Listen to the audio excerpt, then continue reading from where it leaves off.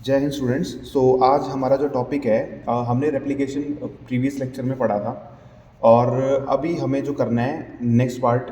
देखो, next part से पहले हमने पढ़ा था क्या, सेंट्रल डॉग्मा। सेंट्रल डॉग्मा क्या होता है?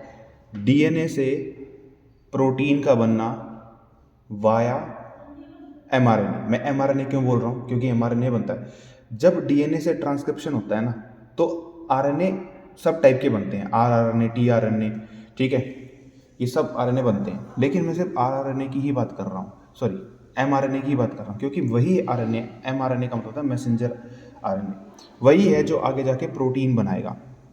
ठीक होता है, हमें बड़े अच्छे से पता है कि जो इन्फॉर्मेशन होती है डीएनए के ऊपर ऐसे कोड की फॉर्म में होती है।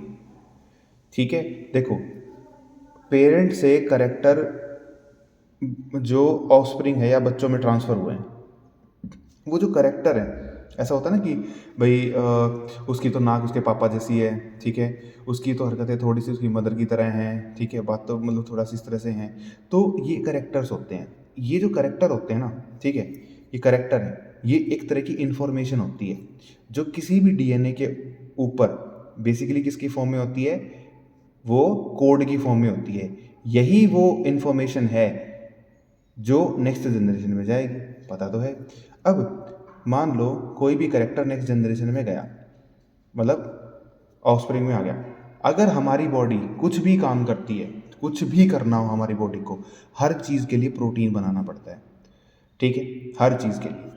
तो डीएनए है, तो वो जीन एक्सप्रेशन सबसे पहले हम पढ़ेंगे अब, ठीक है। देखो, जीन एक्सप्रेशन का मतलब ये होता है कि it is a transfer of information from DNA to protein, की डीएनए से प्रोटीन का बनना। डीएनए से, मैं दिखा देता हूँ अच्छे से, जो डीएनए है, डीएनए से प्रोटीन का बनना। जब डीएनए से प्रोटीन बनता है, ठीक है, तो यहाँ पर एक इंफॉर्मेशन ट्रांसफर होती है। कहने का मतलब डीएनए पे कुछ एक कोड होगा, जो डीएनए पे कोड होगा उसी कोड के अनुसार के अकॉर्डिंग एमआरएनए बनेगा। जब एमआरएनए बनता है, इसी एमआरएनए का आगे प्रोटीन बनेगा। ठीक बात है। तो जीन एक्सप्रेशन, और अगली बात, अगर हमारी बॉडी में किसी भी जीन को एक्सप्रेस करना है, किसी भी जीन को अपना काम करना है, तो हर जीन को अपना खुद का प्रोटीन बनाना पड़ेगा। कहने का मतलब जीन एक्सप्रेशन उसको बोलते हैं। जीन एक्सप्रेशन का एक सिंपल सा मतलब है, मैं भी बता रहा था, जीन एक्सप्रेशन का मतलब क्या होता है, जीन एक्सप्रेस कर रहा है, ठीक है। तो याद रखना, हर जीन को अगर एक्सप्रेस करना है तो हर जीन को अपना प्रोटीन बनाना पड़ेगा, ठीक है। मान लो मेरी हाइट है, ठीक है, अब कोई ना कोई बॉडी में जीन होगा जो मेरी हाइट को कंट्रोल कर रहा है। अब उस जीन को अपना काम करना है, तो वो जीन अपना काम तब करेगा जब वो जीन, उस जीन का सबसे पहले वो जीन किसी डीएनए पे प्रेजेंट होगा। सिंपल सी बात है, उस डीएनए का एमआरएनए बनेगा, एमआरएनए बनने के बाद उस एमआरएनए का प्रोटीन बनेगा, मतलब उस जीन ने प्रोटीन बनाया, प्रोटीन बनाने के बाद ही वो जीन एक्सप्रेस करता है। तो जीन एक्सप्रेशन का मतलब क्या होता है कि एक सिंपल सा मतलब, it is when a functional product, ठीक है, when A functional product form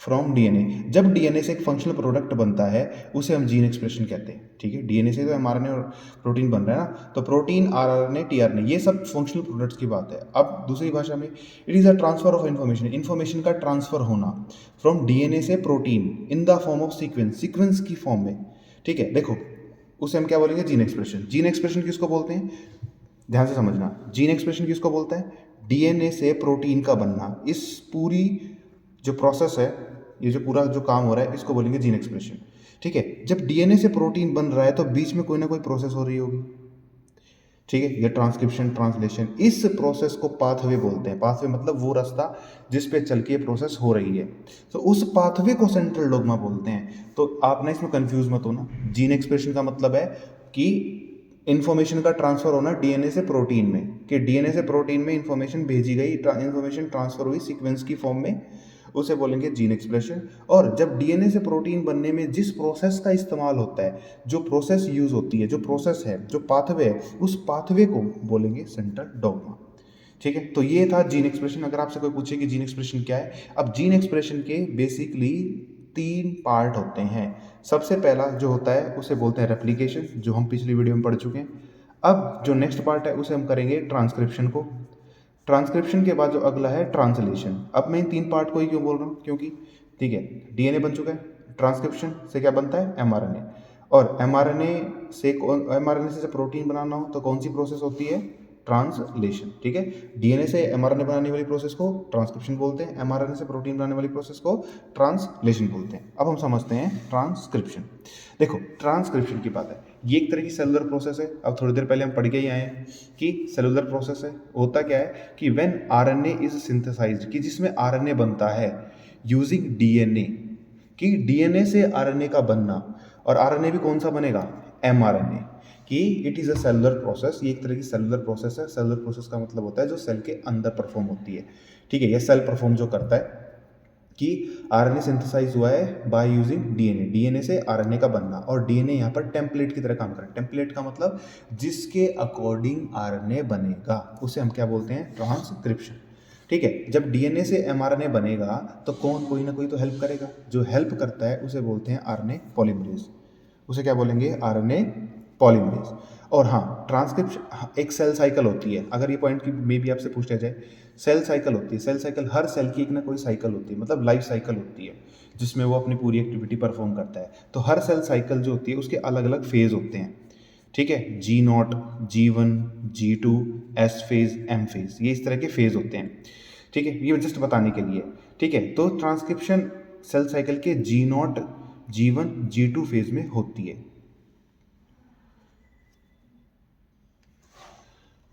तो अब हम बात करते हैं ट्रांसक्रिप्शन के बारे में। ट्रांसक्रिप्शन होती कैसे, जो ट्रांसक्रिप्शन प्रोसेस होती है वो बेसिकली 3 स्टेप में होती है। इनिशिएशन फेज, एलोंगेशन फेज और टर्मिनेशन फेज। इनिशिएशन का मतलब शुरुआत, ठीक बात है। देखो, कोई भी जो डीएनए होता है, हमें पता है, अच्छे से पता है, मुझे डीएनए से ही एमआरएनए बनाना है, सिंपल सी बात है। तो ठीक है, डीएनए काफ़ी बड़ा है। ठीक है, अब 2 तरह के ऑर्गेनिज्म होते हैं, प्रोकैरियोटिक, यूकैरियोटिक। प्रोकैरियोटिक वो सिंपल ऑर्गेनिज्म, यूकैरियोटिक जैसे हम, जो कॉम्प्लेक्स ऑर्गेनिज्म होते हैं। ठीक है, अब देखो ध्यान से, ये स्ट्रक्चर है, समझो, ये पूरा का पूरा डीएनए है। हर डीएनए पे एक साइट होती है जहाँ से शुरुआत होती है चीज़ों की। ठीक बात है, ये डीएनए की वो साइट है।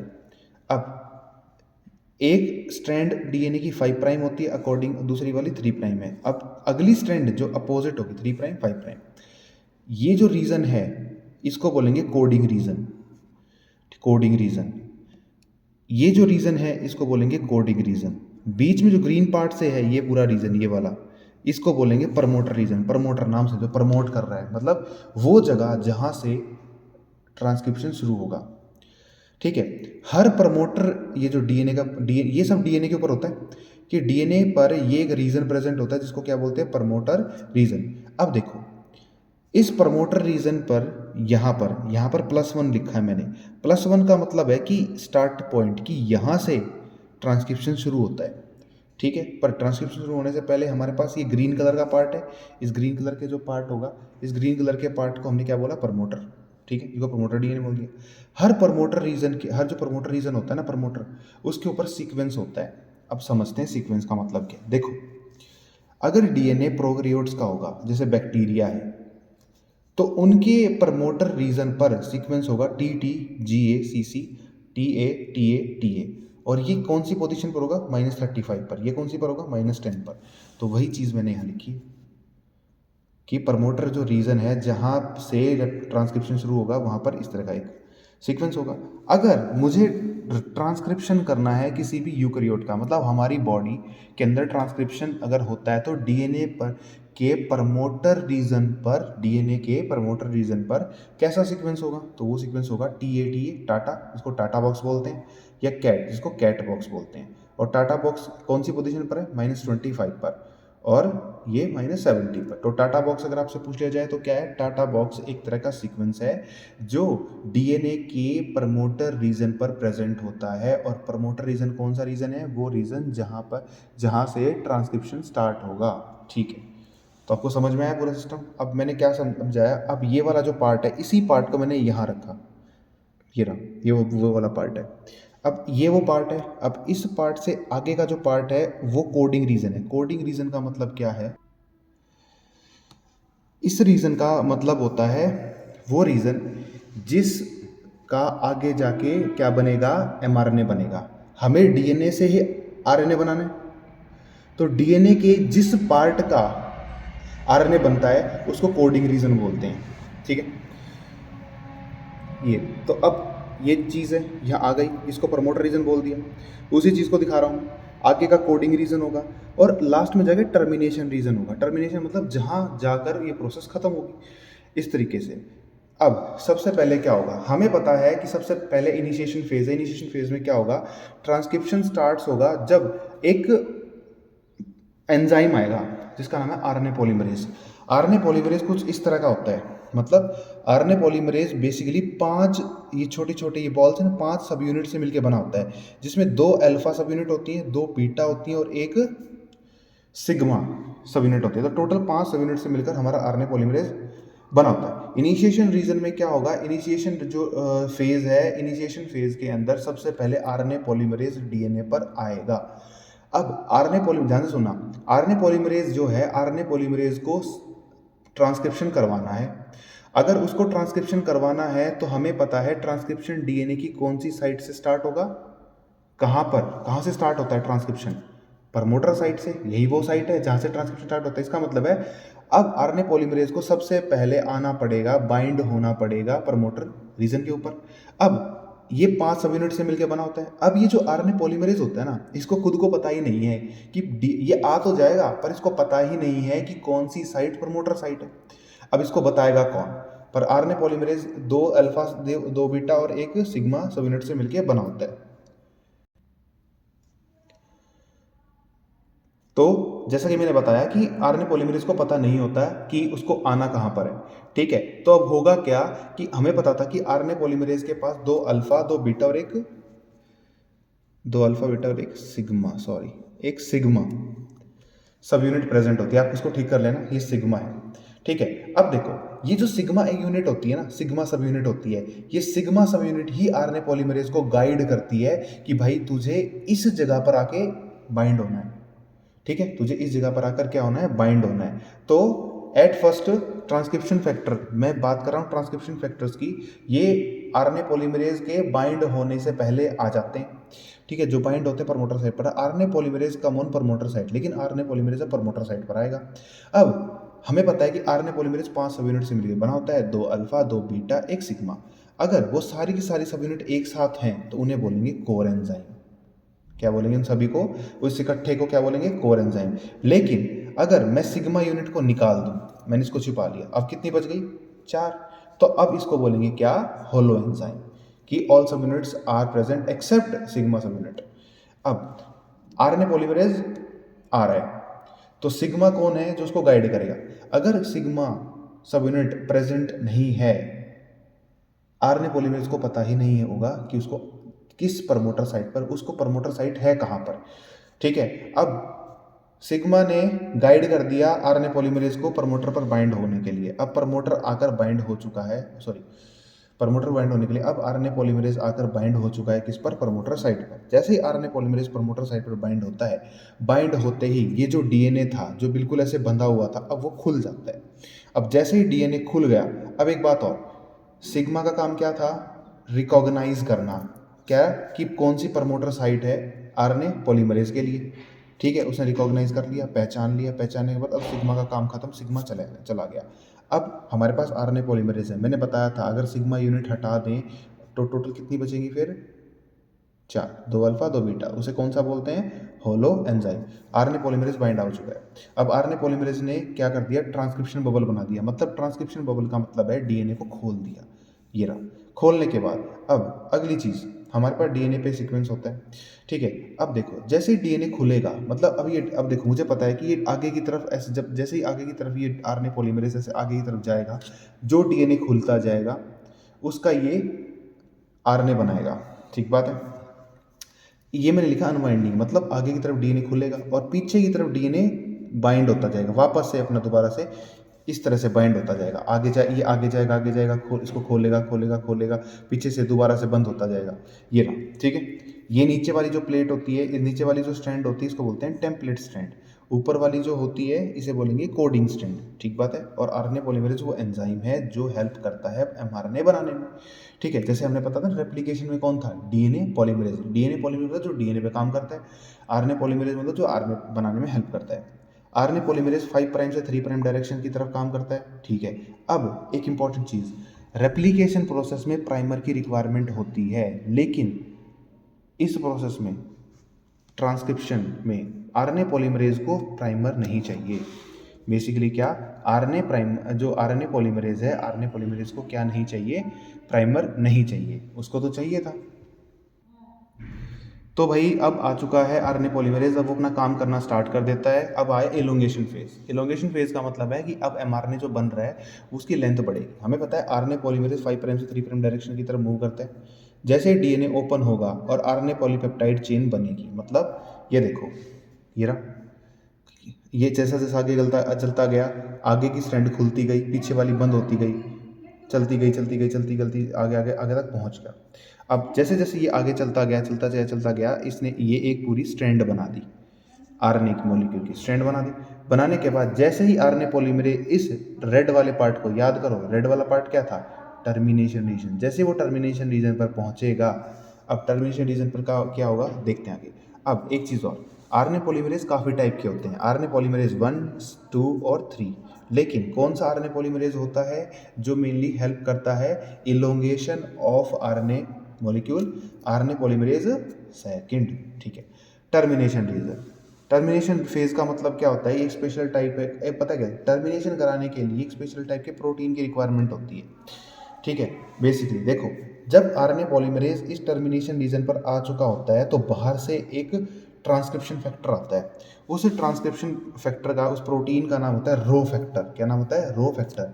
ये रो फैक्टर आएगा, और रो फैक्टर आएगा और आते ही वो क्या करा देगा, ट्रांसक्रिप्शन को ख़त्म कर देगा। कैसे, रो फैक्टर आता है, मान लो ये रो फैक्टर आया, रो फैक्टर करेगा क्या, इस आरएनए पॉलीमरेज को अलग कर देगा, आरएनए पॉलीमरेज को अलग कर देगा, इस आरएनए के मॉलिक्यूल को अलग कर देगा, ये डीएनए अलग हो जाएगा, ये तीनों चीज़ें अलग हो जाएंगी। रो फैक्टर ये काम करता है, सबसे पहला काम ये। उसके बाद ये तो होता है यूकैरियोट्स में, मतलब जो हम हैं हमारे अंदर। लेकिन जो प्रोकैरियोट्स होते हैं, जो छोटे ऑर्गेनिज्म होते हैं, उनमें क्या क्या होता है, जो छोटे ऑर्गेनिज्म होते हैं उनमें एक स्पेशल टाइप का सीक्वेंस होता है, ए सीक्वेंस, ठीक है, जो प्रेजेंट होता है। इसी के अपोजिट में एक कॉम्प्लीमेंट्री बेस पेयर सीक्वेंस बनता है, जिससे एक हेयर पिन लूप बनता है। मैं बताता हूँ आपको, ठीक है।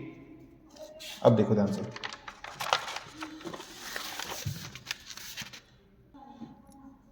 ये देखो आरएनए पॉलीमरेज यहाँ पहुँच चुका है, ये मैंने लास्ट का पार्ट दिखाया टर्मिनेशन रीजन पर।